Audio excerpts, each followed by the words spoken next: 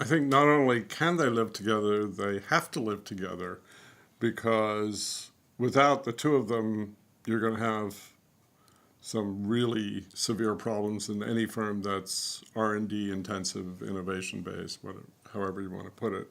So I started the session this morning with two claims, and the first claim is completely uncontroversial, so we didn't spend any more time on it, which is simply that innovation is required at a pretty rapid rate these days in all high-tech firms and many other firms. The second claim is more provocative, which is that most new ideas are bad. And that's actually empirically supported in virtually every study of R&D or innovation that I'm aware of. So if you look, for example, at the product design firm IDEO, right down here in downtown Palo Alto, they come up with thousands, literally thousands of product design ideas every year. Only a handful, I'm talking a few dozen, make it to market. And the philosophy of that firm is that they realize that most new product designs are flawed. I mean, bad is a strong word, and I use it to be provocative, but most new product designs are flawed in some serious way. And as the philosopher Karl Popper said a long time ago about scientific theories, the idea behind the scientific methods of testing is to kill off bad ideas before they kill us off. And so, on the one hand, claim one, we need innovation. Claim two, most new ideas are actually bad. So how do you combine them?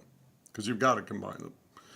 And the reason you've got to combine them is because entrepreneurs must, in order to be effective, must worry about two kinds of error, not just one kind of error. You mentioned one, the danger of criticism killing off creativity points to type 1 errors, which is essentially not generating or not taking up good ideas, good new ideas, which would be breakthroughs or at least substantial improvements, either in products or processes that firms are involved in.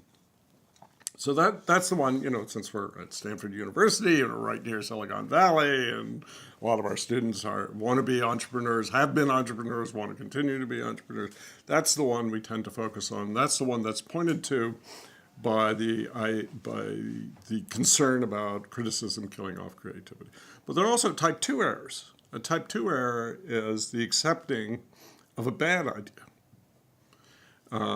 And this, since entrepreneurship by definition involves uncertainty, and innovation by definition involves uncertainty, you don't know.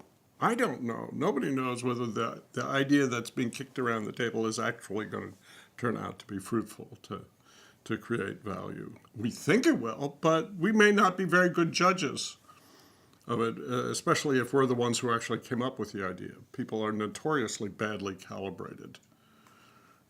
I mean, everybody. It's very tough to be tough-minded about your own ideas. It's easier for me to be tough-minded about your ideas and for you to be tough-minded about my ideas. But my own ideas are like my mental children. I have two real children whom I love and nourish and cherish. Well, my mental ideas I love and nourish and cherish. I have never met anybody at the GSB or Stanford University or any other elite university I've ever been to that actually likes their ideas being criticized.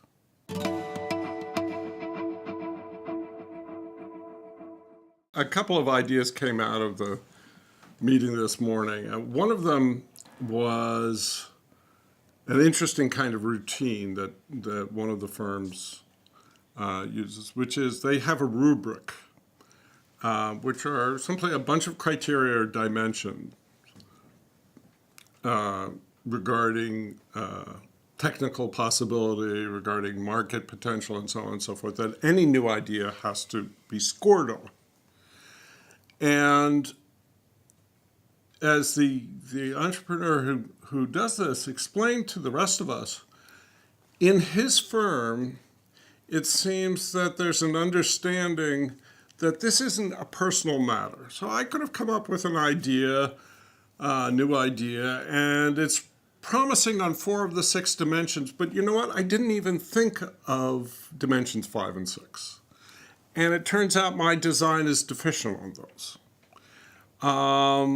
And this is just something that happens to people when they're designing new alternatives. It's hard keeping a large set of evaluation criteria in mind. And as he put it literally, and I'm quoting him, the designer in one case just forgot dimensions 4 and 6. And so, and it turns out that the project idea is not very good on those 2 dimensions. Now, let's suppose that it's fixable on dimension 4. So it needs elaboration, which almost all new ideas require. Needs elaboration, and it turns out to be fixable. But on dimension 6, not so much. Well, you see, at this point, the process could have been shifted away from the ego and personality of the proposer and more toward the nature of the problem itself. And when people's attention shifts to the nature of the problem rather than to the person, then temperatures can cool down and you can focus on what needs to be done. A good criticism will help the problem solver figure out why they're stalled and what they can do about it.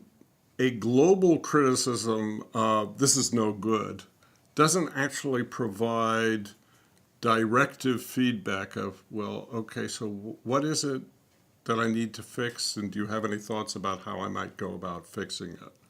Now, of course, if I come up with a really terrible idea, in that context, if it's a really terrible idea and the organization's under a lot of time pressure, competitive pressure, it may be that, frankly, what you just got to do is pull the plug on that idea, on the project associated with it. And in that context, good feedback is fairly blunt.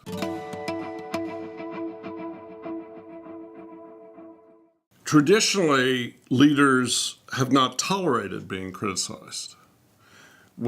Just to take us back a little bit historically, what we might call the Enlightenment project, which goes back to Europe in the 1700s, what we call the Enlightenment project has to do with the creation of a new authority system in human institutions. And the authority system is not democracy. It's not ruled by the people, but it's rather ruled by evidence.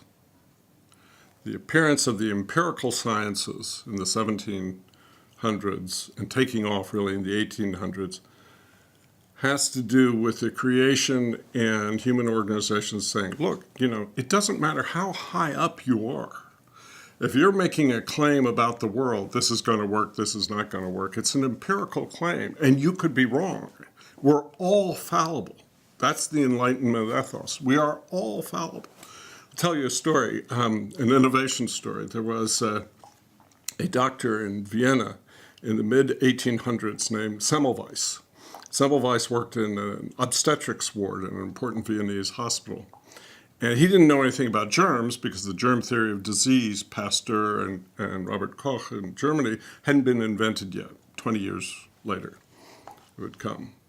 But Semmelweis was worried about pregnant women dying at terrible rates in his ward. And so I don't know how he stumbled on this empirical method. He stumbled on the idea of having his people, his doctors and residents and interns wash their hands in a chlorine solution between patients and, importantly, between doing autopsies and patients.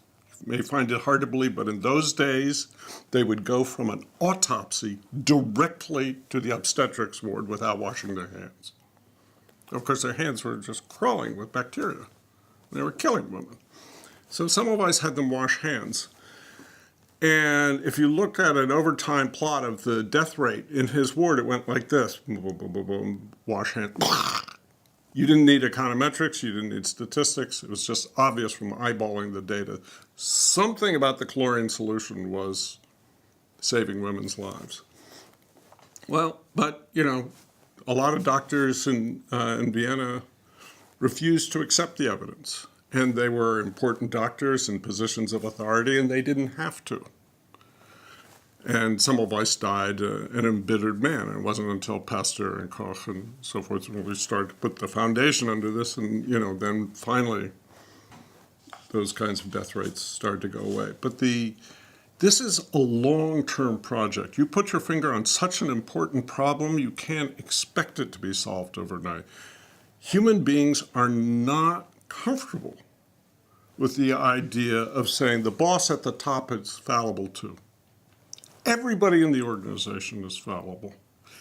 Everybody should be subject to the authority of evidence. But, when we compare, say, medical organizations we've got today or high-tech firms we've got today, we've come a long way from the 1850s. We have made a lot of progress. Smart leaders know how to create organizations that protect themselves from themselves.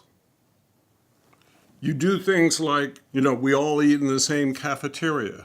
My office is not on the 15th floor and is huge and grand and everybody else.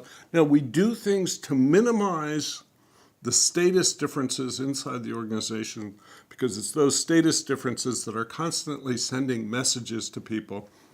The CEO is merely a god. He's infallible. He's Steve Jobs. He can't make mistakes. Yeah? Hell, everybody makes mistakes. And when you're a leader of an organization, if you don't create the kind of organization that will correct your errors, you could lead your firm right over a cliff.